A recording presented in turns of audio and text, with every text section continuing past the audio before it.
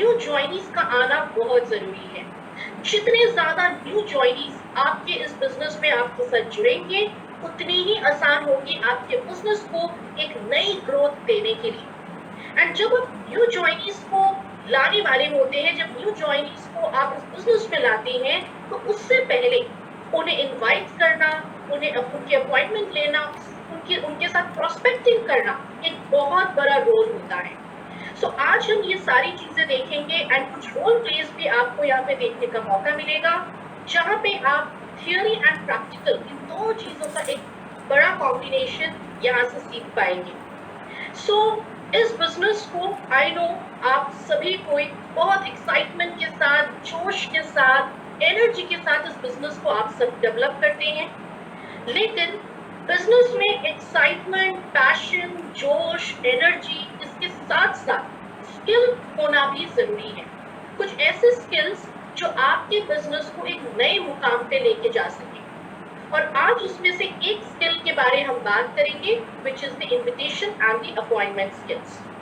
But इस session को आगे बढ़ाने से पहले मैं आप सबको एक क्वेश्चन पूछना चाहूंगी, और हर कोई अपने दिल पे हाथ रख के सही सही जवाब YouTube के चैट बॉक्स में जरूर लिखिएगा। आप जब लोगों को इनवाइट करते हैं, मान के चलिए आपने 15 से 20 लोगों को इनवाइट किया है, कितने लोग ऐसे होते हैं जो एक्चुअल में आपके ट्रेनिंग्स में आ जाते हैं? दोबारा मैं रिपीट कर रही हूँ इस क्वेश्चन को।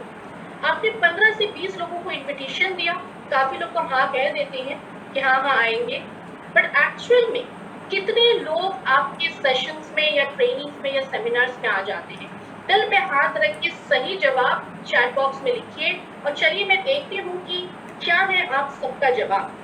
सो अपर्णा जी ने लिखा है 3, जयश्री जी लिख रहे हैं 2, डिम्पल जी ने कहा है कोई भी नहीं आता है, ओके, एंड यशिका जी ने लिखा है 2, उपेंद्र जी ने लिखा है 4। सो ज्यादातर लोगों के जो जवाब आ रहे हैं वो 2, 3, 4, और कुछ लोगों ने ये भी लिखा है कि कोई भी नहीं आता है, राइट। सो अगर मोटा मोटा देखा जाए कि जब आप लोगों को इनवाइट करते हैं, ज्यादातर समय ऐसा होता है कि 4-5 लोग ही आते हैं सेशन में, और कुछ लोग आते भी नहीं है, राइट। बट कैसा हो अगर आप ये जो 2, 3, 4 लोग आपके साथ आ रहे हैं ट्रेनिंग्स में, कैसा होगा अगर ये संख्या थोड़ी सी बढ़ जाए? क्या आपको लगता है ये संख्या अगर थोड़ी सी बढ़ जाए, ये नंबर्स जो आपको चैट बॉक्स में लिख रहे हो, 2 आ रहे हैं, 4 आ रहे हैं, कुछ लोग कह रहे हैं कुछ कोई भी नहीं आता है, अगर नंबर आपके बढ़ जाए, लोगों के आने के नंबर आपके बिजनेस में, आपके ट्रेनिंग्स में बढ़ जाए, तो क्या लगता है आपको? क्या आपके लिए इस बिजनेस को डेवलप करना आसान होगा? यस और नो आप चैट बॉक्स में लिख सकते हैं। आई थिंक सबको खुशी होगी जब देखेंगे कि जितने लोगों को वो इनवाइट कर रहे हैं, उसमें से ज्यादातर लोग उनके सेशंस में आ रहे हैं, उनके साथ बिजनेस में जुड़ रहे हैं, right. So as I can see सभी लिख रहे हैं कि यस, हम सबको अच्छा लगेगा कि अगर ये संख्या थोड़ी सी बढ़ जाए। सो दोस्तों, अगर ये संख्या बढ़ेगी तो डेफिनेटली बिजनेस में ग्रोथ आएगी और आपको भी मजा आएगा इस बिजनेस को आगे बढ़ाने में। और आज हम यही सीखेंगे कि किस तरीके से आप इस नंबर को बढ़ा सकते हैं।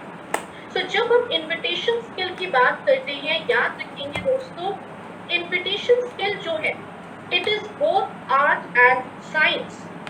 सो ये जो है इन्विटेशन स्किल की जो विज्ञान है या जो कला है, उसे समझने के लिए कुछ सवाल जो मैं आपसे पूछूंगी उसका जवाब जरूर चैट बॉक्स में लिखिएगा, एंड देन आप समझ पाएंगे कि क्यों ये सवाल मैं आपसे पूछ रही हूँ, राइट। तो सबसे पहला सवाल मेरा आप सबके लिए ये है कि हम सब ने अमेरिका का नाम सुना है, राइट।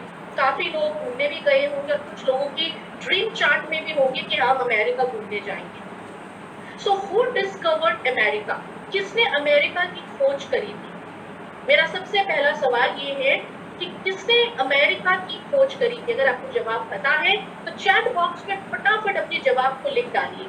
सो लेट मी सी कि क्या आंसर आ रहे हैं यहाँ पर।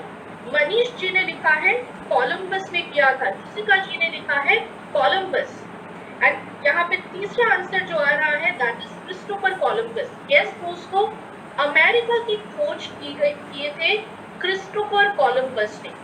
हम सब जानते हैं इसके बारे कि अमेरिका की खोज किसने करी थी? क्रिस्टोफर कोलंबस ने।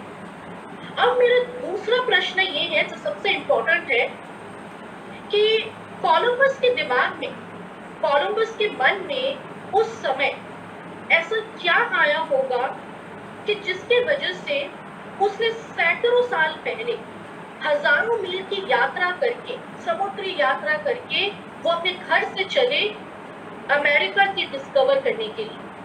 क्या आया होगा उनके मन में? क्या लगता है आपको?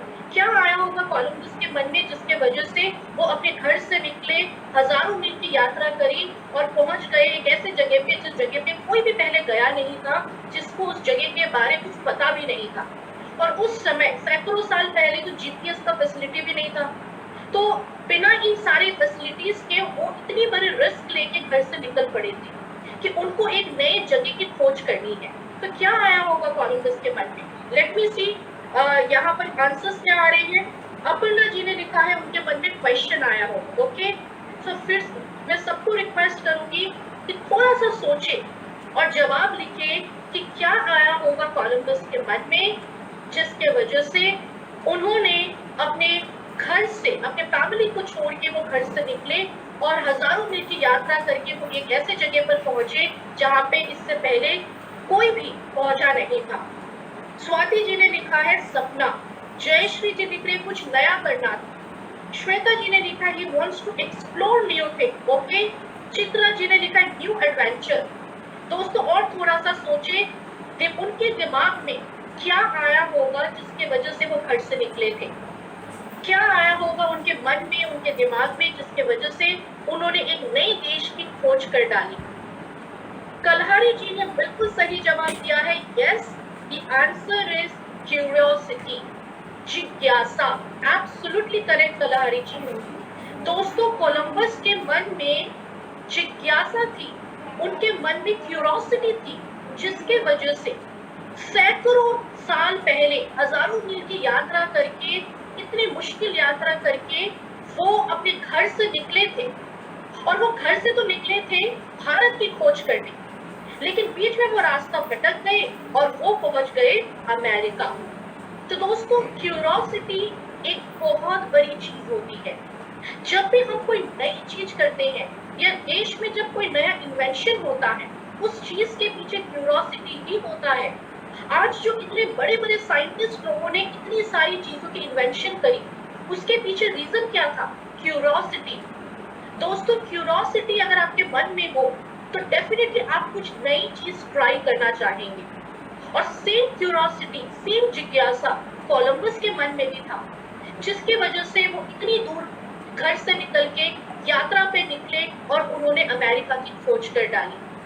दोस्तों अगर आपके मन में किसी भी चीज को लेकर जिज्ञासा ही नहीं है तो आप कभी भी कोई नई चीज नहीं करेंगे। पर जब आपके मन में जिज्ञासा होती है तब आप नई नई चीजों को ट्राई करने के बारे में सोचते हैं। न्यू थिंग्स, न्यू क्रिएशंस, ये सारी चीजें जुड़ी होती है क्यूरियोसिटी से।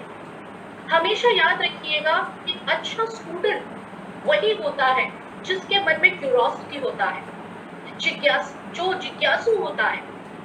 एंड एक अच्छा टीचर भी वही होता है जो अपने बच्चों के मन में, अपने स्टूडेंट्स के मन में जिज्ञासा पैदा कर पाता है। तो दोस्तों curiosity is the most important thing जो आपको आप कह सकते हो मोटिवेट करता है कुछ नए करने की, राइट? सो कोलंबस के मन में भी क्यूरियोसिटी था, इसलिए वो घर से निकले थे एक नई खोज करने के लिए और वो पहुंच गए अमेरिका और उन्होंने अमेरिका की खोज कर डाली। अब दोस्तों हम सब मूवीज तो बहुत देखते हैं, राइट? आप में से कितने लोग ऐसे हैं जिन्होंने बाहुबली का पार्ट 1 देखा है? कितने लोग ऐसे हैं? फटाफट चैट बॉक्स में यस लिखिए। और उसके बाद मैं आप सबसे दूसरा सवाल ये भी पूछने वाली हूँ कि कितने लोग आप में से ऐसे हैं जिसने बाहुबली की पार्ट 2 भी देखी है? ओके, 1 और 2 दोनों आपने देखी है। कितने लोग ऐसे हैं? इफ यस तो फटाफट चैट बॉक्स में यस लिखिएगा। सो एज आई कैन सी सभी लिख रहे हैं कि यस, आप लोगों ने 1 और 2 दोनों देखी है। मैंने भी 1 और 2 दोनों देखा है।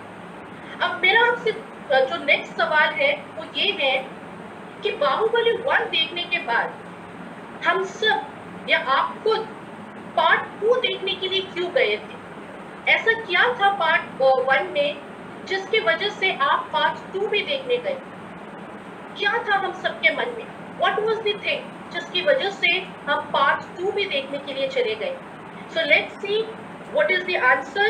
So यहाँ पे प्रकाश जी ने लिखा है क्यूरोसिटी। किस बात की क्यूरोसिटी थी जिसकी वजह से हम पार्ट 2 भी देखने चले गए? एंड मैं अपनी बात करूं तो मैं तो फर्स्ट शो मैंने देखा है इस मूवी का पूरे फैमिली के साथ। तो दोस्तों प्रकाश जी ने लिखा है क्यूरोसिटी था हम सबके मन में, इसलिए हम पार्ट 2 भी देखने चले गए थे। बट किस बात की क्यूरोसिटी थी? सो लेट मी सी। यहाँ पे किसी ने लिखा है, श्वेता जी ने लिखा है, वी वांट टू नो कि कटप्पा ने बाहुबली को क्यों मारा। यस, पार्ट 1 जब खत्म हुई तो एंड में एक बहुत बड़ा सवाल जो है स्क्रीन के ऊपर था, हम सबके मन में वो सवाल रह गया था कि कटप्पा ने बाहुबली को क्यों मारा। और इसी क्यूरोसिटी की वजह से दोस्तों हम पार्ट 2 भी देखने के लिए गए। पूरा हिंदुस्तान जो है बाहुबली पार्ट 2 जब रिलीज हुई उसे देखने के लिए गया। और आप खुद सोचिए अगर पार्ट 1 में ही पूरी कहानी खत्म हो जाती तो क्या हम सब पार्ट 2 देखने जाते? बिल्कुल भी नहीं। बिकॉज फर्स्ट पार्ट में क्यूरोसिटी क्रिएट किए गए थे, इसलिए हम सब पार्ट 2 भी देखने के लिए गए। तो दोस्तों मेरा कहने का मतलब ये है कि हर चीज में क्यूरोसिटी क्रिएट करना बहुत जरूरी है। जिस चीज में क्यूरोसिटी क्रिएट नहीं होती है वहां पे दोस्तों हम कुछ भी नया ट्राई नहीं करते हैं। आप खुद सोचिए, कोलंबस ने सैकड़ों साल पहले हजारों मील की यात्रा करके एक नए देश की खोज कर डाली, और हमारा जो प्रोस्पेक्ट है वो शायद आपके फ्लैट के दूसरे माले पर रहते हो, लेकिन आपके बुलाने पे आते नहीं है। आप जूम की लिंक भेजते हो, वो आते नहीं है। आप उनको इनवाइट करते हो बड़े बड़े सेमिनार्स के लिए, वो आते नहीं है। और यहाँ पे कोलंबस जैसे महान व्यक्ति हजारों मील की यात्रा करके इतनी मुश्किलों के बाद होने के बाद भी वो एक नई जगह की खोज करने के लिए उन्होंने डिसीजन लिया। इसका रीजन था क्यूरोसिटी। बट ऐसा क्यों होता है कि हमारे जो प्रोस्पेक्ट्स है बुलाने पर भी नहीं आते हैं? इसका रीजन है कि काफी टाइम जब हम इनवाइट करते हैं वहां पे क्यूरोसिटी जो है वो मिसिंग रहती है। दोस्तों याद रखिए, आज के ट्रेनिंग का सबसे पहला जो प्रिंसिपल है, जो पहली सीख है जो आपको नोट डाउन करना है, that is to create curiosity. अगर आपके प्रोस्पेक्ट के मन में क्यूरोसिटी नहीं होंगे तो वो आपके सेशन में क्यों आएंगे? अगर पूरी कहानी हमें ट्रेलर में ही देखने को मिल जाए तो हम पैसे खर्च करके मूवी क्यों देखें? ट्रेलर बनता है क्यूरोसिटी क्रिएट करने के लिए। जब हम मूवी के ट्रेलर देखते हैं, हमें मजा आता है, तभी जाके हम एक्चुअल मूवी को देखने जाते हैं। सेम वे जब आप लोगों को इनवाइट करते हैं, आपको क्यूरोसिटी क्रिएट करना है, and this is the first learning जो आप सबको नोट डाउन करना है और फील्ड पे भी अप्लाई करना है जब आप लोगों को इनवाइट करते हैं। एंड हमेशा याद रखिए, जब आप क्यूरोसिटी क्रिएट करेंगे, याद रखिए जब भी आप क्यूरोसिटी क्रिएट करेंगे दोस्तों, it is very very important that you be in hurry and keep it short. So मैं यहाँ पर प्रेजेंटेशन जो है दोबारा रन करूंगी, just 1 minute, just 1 second. So हमेशा इस बात का हमें ध्यान रखना है कि जब हम क्यूरोसिटी क्रिएट करेंगे तो हमें क्या करना रहेगा? हमें जल्दी में रहना है और उसे शॉर्ट एंड स्वीट रखना है। अक्सर ऐसा होता है कि जब आप लोगों को इनवाइट करते हैं, शायद फोन पे ही आप पूरी चीज को बता देते हैं, जिसकी वजह से आपके प्रोस्पेक्ट के मन में ना क्यूरोसिटी होता है और ना ही वो आपके सेशंस में आते हैं। सो हमें हमेशा इस चीज को ध्यान में रखना है कि जब हम इनविटेशन प्रोसेस कर रहे हैं तो हमें ऑलवेज हमारे प्रोस्पेक्ट के मन में जो है वो क्यूरोसिटी को क्रिएट करना है। And when we will create curiosity, तो चीजों का हमें याद रखना है कि हमें सिंपल एंड शॉर्ट रखना है और हमें हमेशा हरी में रहना है, जल्दी में रहना है। सो अभी मैं आप लोगों को एक रोल प्ले के माध्यम से कुछ चीजें बताने वाली हूँ, जिससे आपको और भी क्लैरिटी मिलेगी कि इन्विटेशन स्किल की जो साइंस है वो क्या है। इन्विटेशन स्किल की आर्ट तो आपने देख लिया है, that is to create curiosity. अब हम देखेंगे कि उसकी साइंस क्या है, व्हाट इज द साइंस। तो चलिए इस रोल प्ले के लिए मैं आप सबके बीच में बुलाना चाहूंगी श्वेता नैयर जी को। So Shweta ji, welcome to this session. Thank you so much, ma'am. Thank you for inviting. Okay. So Shweta ji, can you just see the screen? आपको screen पे दिख रहा है? Yes, just 1 minute. No? Yeah. Okay. So दोस्तों आज हमारे साथ इस रोल प्ले को आगे करने के लिए श्वेता जी हैं, as you can see, and Shweta जी के साथ आज हम इस रोल प्ले को करेंगे जहाँ पे आपको सीखने का मौका मिलेगा कि कैसे हम प्रॉपर इन्विटेशन को कर सकते हैं। तो श्वेता जी मैं चाहूंगी कि आप थोड़ा सा अपने बारे में इंट्रोडक्शन दें। Hello everyone, good morning. मेरा नाम श्वेता है, मैं वडोदरा गुजरात से हूँ। अगर मैं अपने क्वालिफिकेशन की बात करूँ तो मैंने पोस्ट ग्रेजुएशन किया है, फिर MBA किया है, एंड शादी से पहले मैं एक HR फर्म में काम करती थी। बट मैं बहुत ही क्लियर थी अपने थॉट से कि ना आफ्टर मैरिज मैं 9 to 5 जॉब तो नहीं करूँगी, बिकॉज मेरे लिए मेरा फैमिली मुझे हमेशा प्रायोरिटी है। बट मैं अपने करियर को भी गिव अप नहीं करना चाहती थी, तो कुछ ऐसा ही देख रही थी जो मैं घर बैठ के कर सकूँ। तो बहुत कुछ ट्राई किया मैंने रिक्रूटमेंट भी किया है, वर्क फ्रॉम होम, बहुत सारे बच्चों को ट्यूशन्स भी लेती थी, बट बाय चॉइस मैंने वो बंद किया because of this pandemic. And उसी दौरान 2-2.5 साल पहले मुझे मोदी केयर का अपॉर्चुनिटी आया एंड मुझे इसका कॉन्सेप्ट बहुत अच्छा लगा। 2 things that attracted me was that it is an Indian company, so we should always promote Indian product, that this is what I believe. This was the one reason, and other reason was that इसका loyalty program मुझे बहुत ज़्यादा attract किया। So it's very obvious, when you like something you start sharing. So मैंने अपने friends के साथ share किया slowly and steadily। आज एक अच्छी टीम है and as of now मैं सीनियर डायरेक्टर पोजीशन पे हूँ, वो भी क्या है। So that's all from my side, ma'am. Thanks and over to you. Okay, so दोस्तों श्वेता जी ने अपने इंट्रोडक्शन दे दिया। श्वेता जी अभी हम आपके साथ जो रोल प्ले करेंगे जहाँ पे आप जो है मेरे प्रोस्पेक्ट होंगे, ठीक है, एंड हम आपको काफी दिनों से जानते हैं, बहुत ज्यादा तो नहीं बट यस हम एक दूसरे को जानते हैं, so we will behave like that. So आप प्रोस्पेक्ट रहोगे and I will call you and then we will do the entire role play, ठीक है? ओके, सो ट्रिंग ट्रिंग ट्रिंग ट्रिंग। Hello Hello. Hi, Hello. ma'am. How are you? I am good. Shweta ji आप कैसे हो? मैं एकदम ठीक हूँ, आप बताइए मैम, कैसे याद किया? मैं भी बिल्कुल ठीक हूँ। और घर पर कैसे हैं, बच्चे कैसे हैं? सब ठीक है एकदम मैम। ये पैंडमिक में क्या है कि ना घर का और सब लोड आ गया है, घर का भी Yes. काम, ऑफिस का भी काम, सब as you know that I am already working with an HR firm, so Yes. सारा लोड अपना खुद पे ही आ गया है, सो लिटिल Yes. टाइड अप रहती हूँ। हाँ बिल्कुल सही बात है। एंड इस समय क्योंकि घर भी संभालना है, ऑफिस का भी वर्कलोड बढ़ जा रहा है, तो डेफिनेटली थोड़ी सी मुश्किल तो है, but I know you are a very talented lady and आप बहुत ही हार्ड वर्किंग है, बहुत पैशनेट है अपने काम को लेके, तो आई एम श्योर कि आप बहुत अच्छे से मैनेज भी कर रहे हो। जी, बट थोड़ा टाइम शॉर्टेज तो हो जाता है but we have to rush. एक सबके पास 24 आवर्स ही है, सो इस 24 आवर्स में you have to manage it. सही बात है, सही बात है। सो एक्चुअली श्वेता जी मैं भी आपको जो है अभी जो कॉल कर रही हूँ, मैं थोड़ी सी जल्दी में थी, बट देन आई थॉट कि मैं थोड़ा सा आपसे बात कर लूँ। एक्चुअली आपने जैसे मुझे पहले भी कहा था कि ऑफिस और घर दोनों को संभालना बहुत मुश्किल हो जाता है, दोनों को साइड बाय साइड करना रहता है।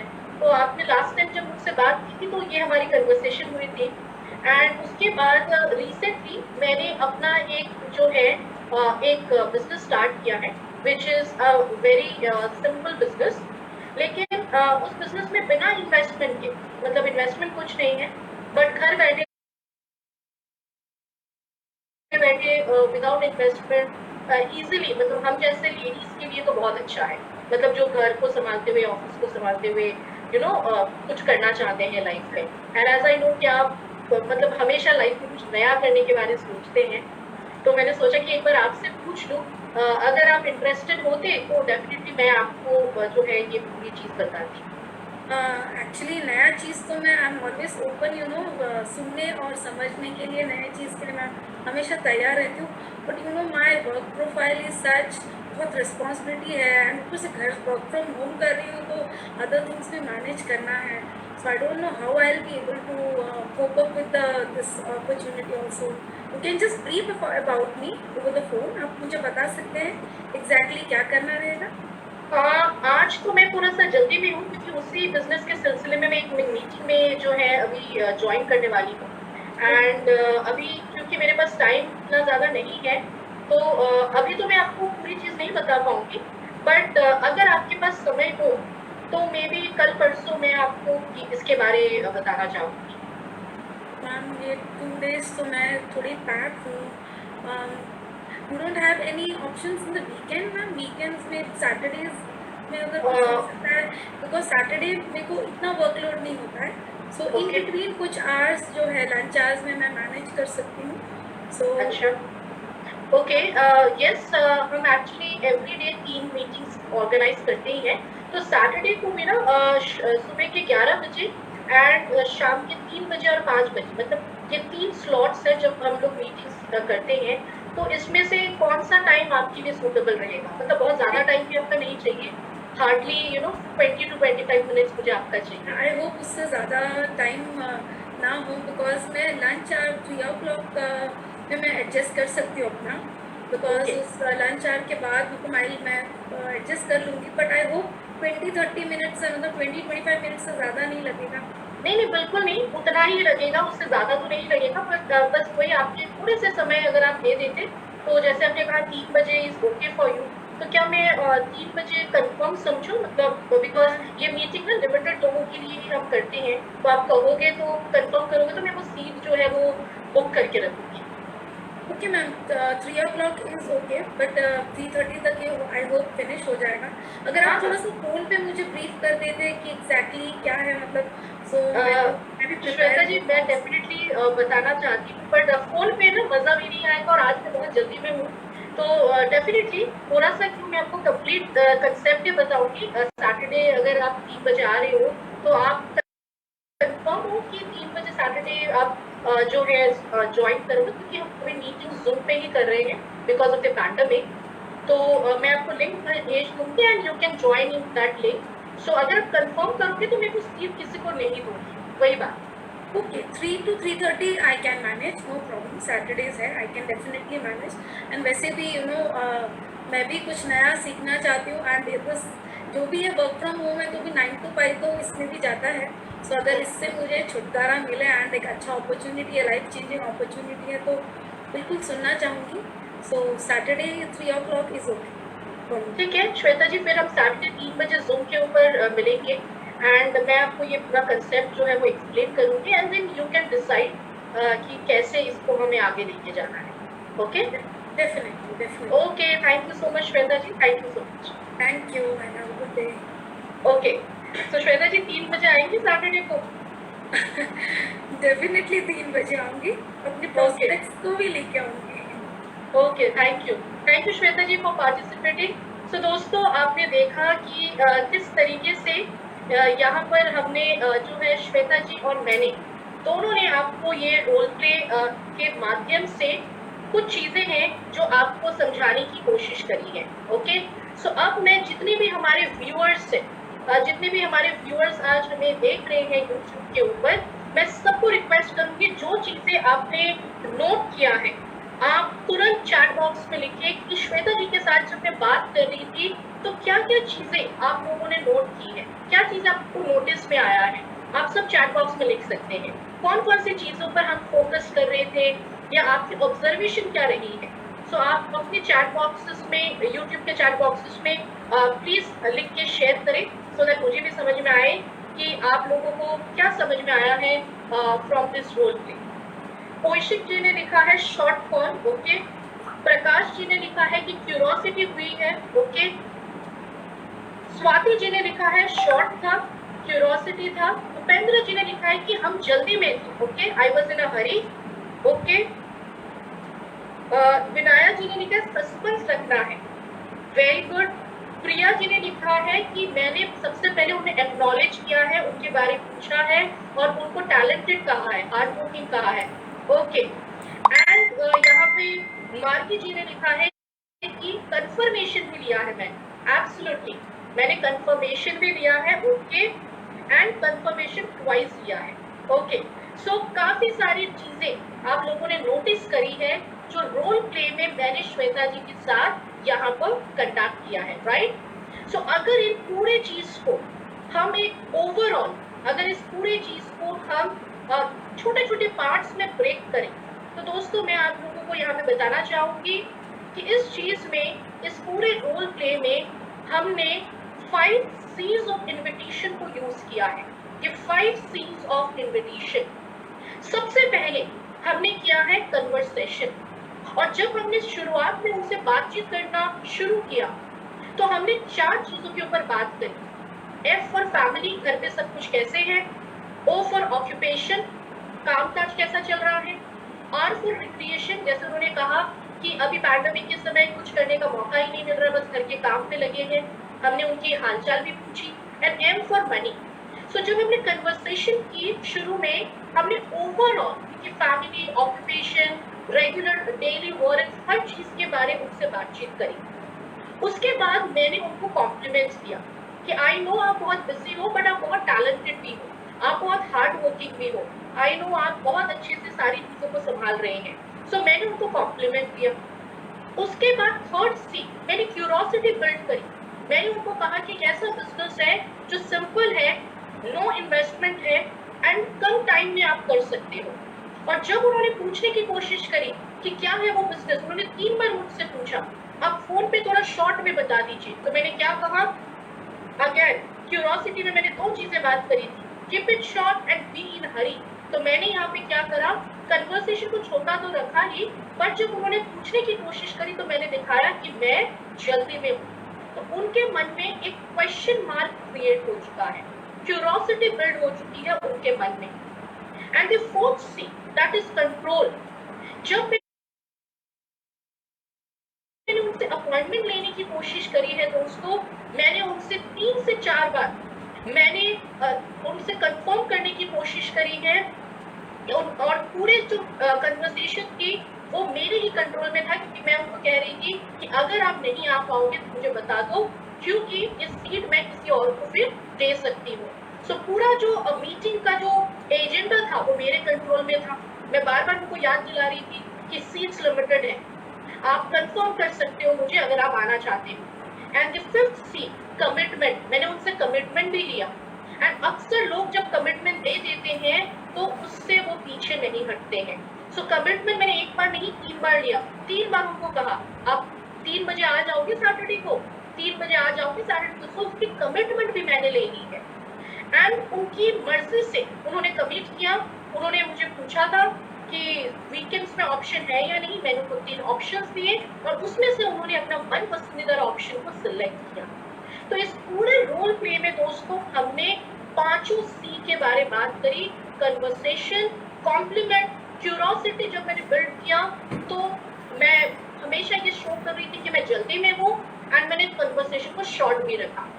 कंट्रोल, पूरी मीटिंग की कंट्रोल मेरे हाथ में थी, एंड मैंने उनसे कमिटमेंट लिया कि सैटरडे को 3 बजे आएंगे या नहीं आएंगे। तो दोस्तों जब आप इन्विटेशन करोगे, इन 5 C's को आप यूज कर सकते हो, और जब आप इन 5 C's को इनवाइट करने के लिए यूज करोगे, पहले जो आपकी इनविटेशन के बाद लोग आते थे, शायद उससे सक्सेस की जो रेशियो है या परसेंटेज है वो पहले से ज्यादा हो जाए। तो आई एम श्योर ये 5 C's ऑफ इन्विटेशन जो मैंने आपको बताई है ये आपको समझ में आई होगी, और आप इसे फील्ड पे अप्लाई कर सकते हो जब आप भी इन्विटेशन लोगों को करने के लिए जाएंगे। आगे बढ़ते हैं दोस्तों, और अब बात करते हैं एक और बढ़िया टेक्निक के बारे में, दैट इज 3-way कॉलिंग। सो दोस्तों जब हम अपॉइंटमेंट लेते हैं, अपॉइंटमेंट में इस टेक्निक को आप जरूर यूज कर सकते हैं, और इस टेक्निक को हम कहते हैं 3-way कॉलिंग। आप होते हो, आपके प्रोस्पेक्ट होते हैं और आपके अपलाइन होते हैं। तो 3 लोग मिलके एक कॉल जो है अरेंज करते हैं, और आप और आपके अपलाइन दोनों मिलके आपके प्रोस्पेक्ट को की जो अपॉइंटमेंट है उसे कंफर्म कर सकते हैं। ये 3-वे कॉलिंग की जो टेक्निक है ये बहुत सक्सेसफुल टेक्निक है दोस्तों। सिर्फ इस इंडस्ट्री में नहीं, आपके पर्सनल लाइफ में भी इस टाइप के टेक्निक्स बहुत काम आते हैं। Because saying no to a successful stranger is difficult. अगर आप किसी को अच्छे से नहीं जानते हैं लेकिन उनके बारे में कभी एक दो बार सुना होगा बट आप उन्हें जानते नहीं, ऐसे लोगों को मुंह पे मना करना थोड़ा सा डिफिकल्ट होता है, क्योंकि आपकी नजर में वो रिस्पेक्टेड है, सक्सेसफुल है, तो उनको फट से मना करना थोड़ा सा मुश्किल हो जाता है। मैं अपने पर्सनल लाइफ में भी इस कंसेप्ट को काफी बार मैंने एक्सपीरियंस किया है। कुछ दिनों पहले की ही बात है, जब सेकेंड वेव ऑफ कोरोना जो है थोड़ी सी स्लो डाउन हो रही थी, तो मेरे हस्बैंड के कलीग है ऑफिस में, उन्होंने कहा मेरे हस्बैंड को कि अभी तो कोरोना की सेकेंड वेव पूरी कम हो गई है, तो आप भाभी जी को लेके हमारे घर पे डिनर पे आ जाइए संडे को। और मेरे हस्बैंड घर आए और उन्होंने मुझे कहा कि मेरे जो फ्रेंड है वरुण, उन्होंने अपने घर पे बुलाया है एक फैमिली गेट टुगेदर के लिए, संडे को हमें जाना है। तो जैसे ही उन्होंने मुझे कहा, मैंने कहा नहीं संडे तो नहीं जा सकते हैं क्योंकि मुझे बहुत सारे काम है और एक ही दिन मुझे फ्री मिलता है, उस दिन भी आप बोल रहे हो कहीं और जाने के लिए, तो कैसे जो है वो चलेगा, मैं नहीं जा सकती, तो आप मना कर दो, हम कभी और चले जाएंगे। और वैसे में भी कोरोना खत्म नहीं हुई है पूरे तरीके से, मुझे जाना भी सही नहीं लग रहा है और घर के काम भी बहुत है। तो उन्होंने अपने फ्रेंड को कम्युनिकेट कर दिया कि बिजी है, आ नहीं सकते हैं। तो जैसे ही उन्होंने अपने फ्रेंड को कम्युनिकेट किया, उनके फ्रेंड ने तुरंत उनको कहा कि आप भाभी जी को भी ना स्पीकर पे डालो, मैं भी थोड़ा सा बात करना चाहता हूँ उनसे। तो अचानक से मेरे हस्बैंड ने स्पीकर पे फोन करा और मैं भी थी उस कॉल में, और उनके जो फ्रेंड थे वो मुझे ये कह रहे थे कि भाभी जी आपके बारे में बहुत सुना है लेकिन कभी मुलाकात नहीं हुई, तो मैं चाह रहा था कि इस संडे आप हमारे घर आए और एक फैमिली गेट टुगेदर भी हो जाएगी और बातचीत भी हो जाएगी। तो फिर मैंने उनको कहा कि हम जरूर आना चाहेंगे बट घर पे काम बहुत है और संडे एक ही दिन मिलता है। तो उन्होंने बहुत अच्छे से मुझे कहा कि डिनर तो आप अपने घर पर भी करोगे तो वो डिनर आप मेरे घर पे कर लेना, क्योंकि डिनर टाइम में तो हम ऐसे भी काम नहीं करने वाले हो, तो बस डिनर टाइम में 2-3 घंटा निकाल के आप घर पर आ जाओ और मेरी वाइफ भी आपसे मिलने के लिए बहुत इंटरेस्टेड है, आप आओगे तो बहुत मजा है।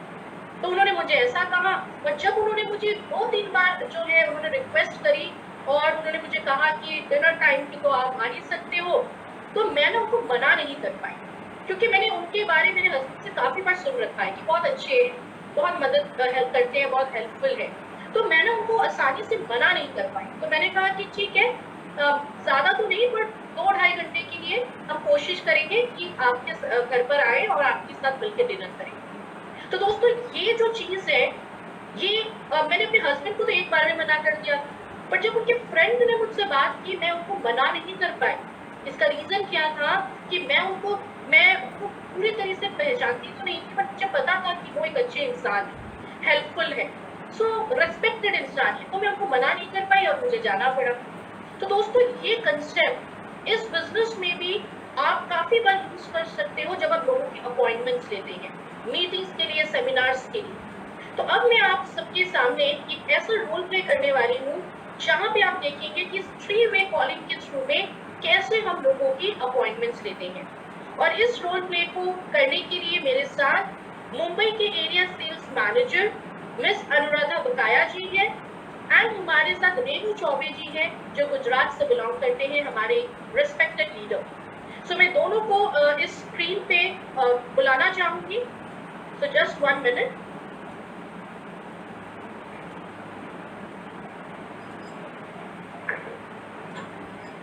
Okay, just 1 second. So Anuradha, can you hear me? Yes, we can hear you. Okay.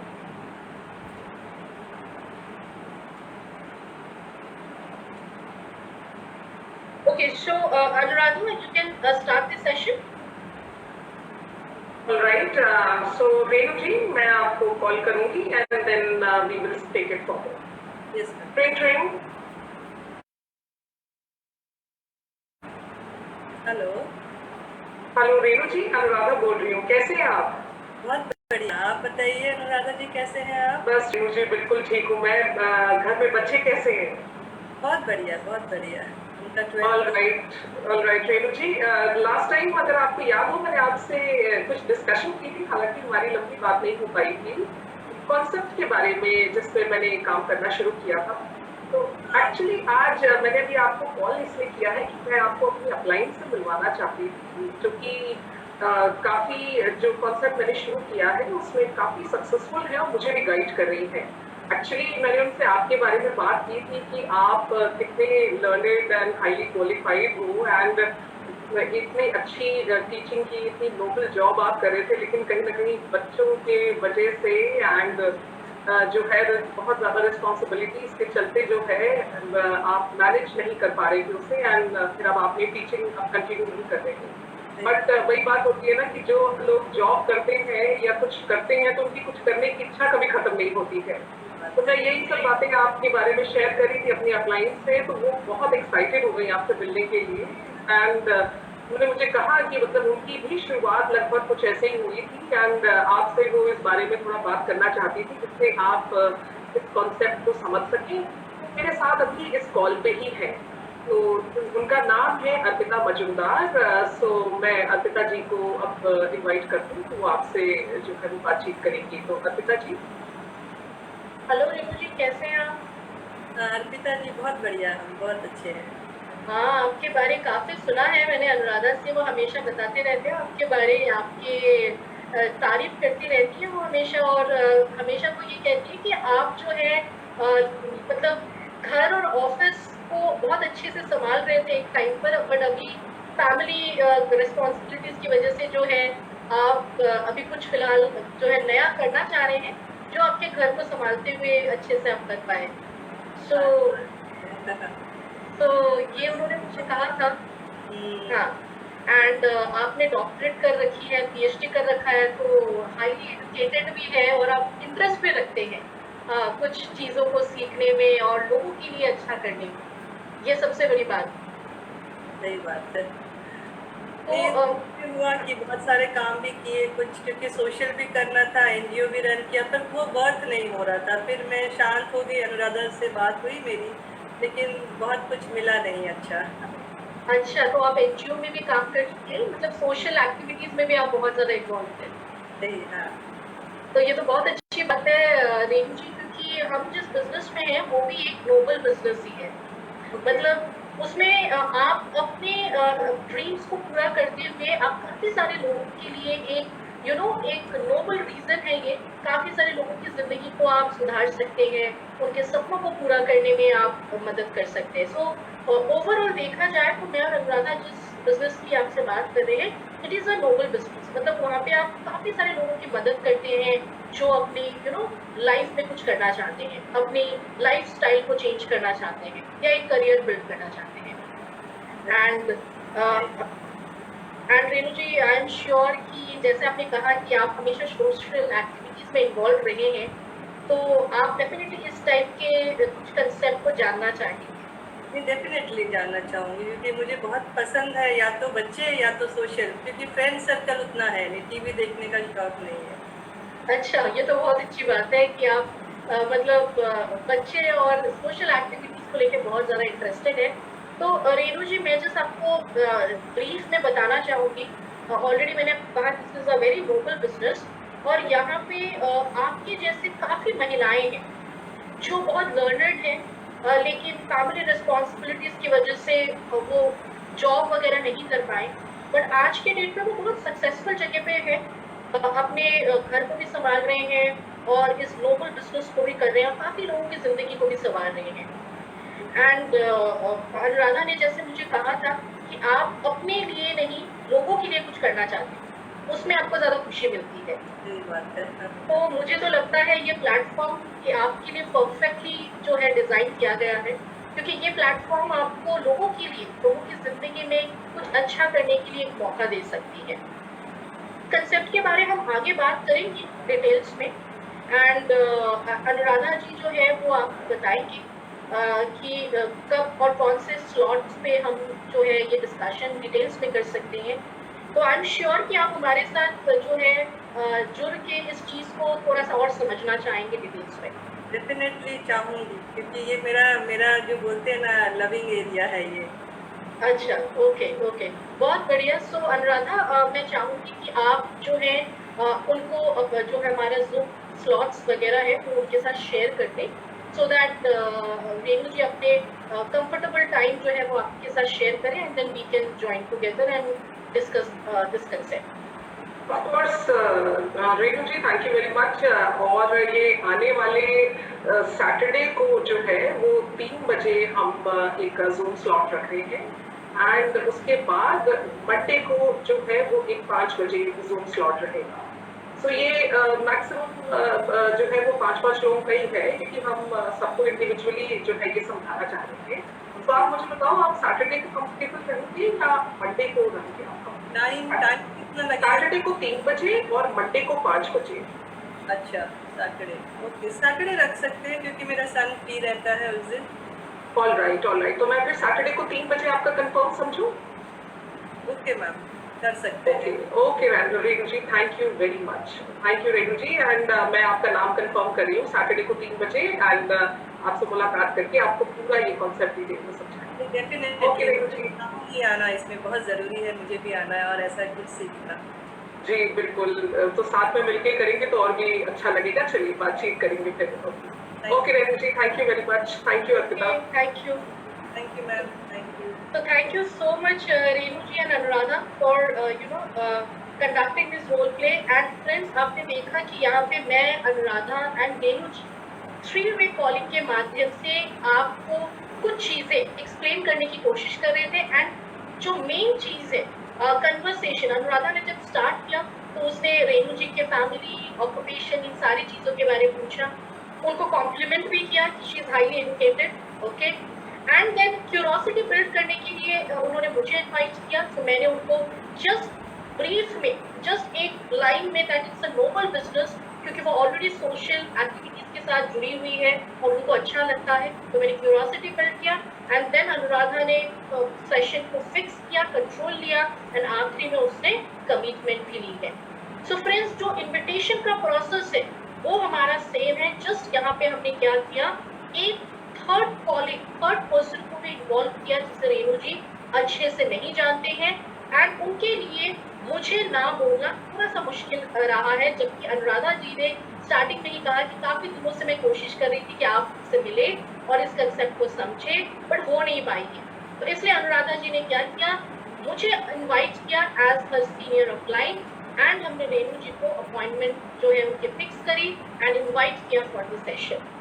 सो दोस्तों, इस तरीके से इफ यू सी हम जब 3-वे कॉलिंग करते हैं तो काफी बार ऐसा होता है कि आप अपलाइन के थ्रू में आप अपनी इन्विटेशन प्रॉपरली कर पाते हैं। So thank you so much Renu ji and Anuradha, thank you once again. So दोस्तों, इसी तरीके से अगर आप देखते हैं जो 3-वे कॉलिंग है, आप इस तरीके से करके ओवरऑल अपनी इन्विटेशन स्किल को एक बहुत अच्छे तरीके से कर सकते हैं। जब आपको लगता है कि आपके प्रोस्पेक्ट आपकी बात नहीं सुन रहे हैं, आसानी से नहीं आ रहा है, तो इस तरीके से इन 2 टेक्निक्स को जो मैंने आपको आज सिखाई है, 5 C's ऑफ इन्विटेशन एंड 3-वे कॉलिंग, ये दोनों ही टेक्निक एक दिन में कोई सीख नहीं लेता है। इसे जब आप फील्ड पे अप्लाई करेंगे, बार बार प्रैक्टिस करेंगे, तो इस चीज पे आप एक्सपर्ट बन जाएंगे। सो इन दोनों टेक्निक्स को आप जो फील्ड पे अप्लाई करोगे, आपकी जो ओवरऑल सक्सेस रेशियोज है, जैसे आपने शुरुआत में कहा था कि 10 लोगों को बुलाते हैं तो 2 या 3 लोग आते हैं, तो जब आप इन दोनों टेक्निक्स को अप्लाई करेंगे, हो सकता है आपकी सक्सेस की जो परसेंटेज है, जो रेशियो है, वो पहले से ज्यादा हो जाए। सो ये दोनों टेक्निक बहुत सिंपल है, आप जितना प्रैक्टिस करोगे उस पर आपकी एक्सपर्टाइज आती रहेगी और आपकी इस बिजनेस में लोगों को इनवाइट करना और अपॉइंटमेंट लेना बहुत आसान हो जाएगा। तो कितने लोग इन दोनों स्किल्स को अप्लाई करेंगे फील्ड पे, कितने लोग ऐसे हैं जो दोनों स्किल्स को ट्राई करेंगे एंड अगले सेशंस में आप आके अपना एक्सपीरियंस भी शेयर कर सकते हैं कि कैसा फील हुआ आपको जब आप इन दोनों टेक्निक्स को अपने नॉर्मल प्रोस्पेक्टिंग के टाइम पर यूज की है। सो आई एम श्योर कि ये दोनों टेक्निक्स आप लोगों के लिए हेल्पफुल रहेगी, पहले से ज़्यादा आसान हो जाएगा आपके लिए लोगों को इनवाइट करना, लोगों से अपॉइंटमेंट लेना। लेकिन एक डिस्क्लेमर मैं भी आप सबको देना चाहूँगी कि जो चीज़ें आज, जो 2 टेक्निक्स आपने आज सीखी हैं, ये कोई ब्रह्मास्त्र नहीं है कि बस ये 2 टेक्निक हमें यूज़ करनी है और 10 के 10 लोग हाँ बोल देंगे, ऐसा बिल्कुल नहीं है। लेकिन यस, पहले अगर 2 लोग हाँ करते थे, अब शायद 5 या 6 लोग आपको हाँ करते। तो सक्सेस के परसेंटेज आपकी बदल जाएगी, सक्सेस की रेशियो आपकी बदल जाएगी और हो सकता है आप इस बिजनेस में और तेजी से आगे बढ़ें। तो इसी के साथ आज की हमारी जो इन्विटेशन एंड अपॉइंटमेंट स्किल्स है, इसको हम यहाँ पर एंड करना चाहेंगे और मैं थैंक यू कहना चाहूंगी अनुराधा, रेणु जी एंड श्वेता जी को, जिन्होंने आज रोल प्ले में मेरे साथ यहाँ पर थे और बहुत अच्छे से उन्होंने अपने अपने रोल्स को कंडक्ट किया है। सो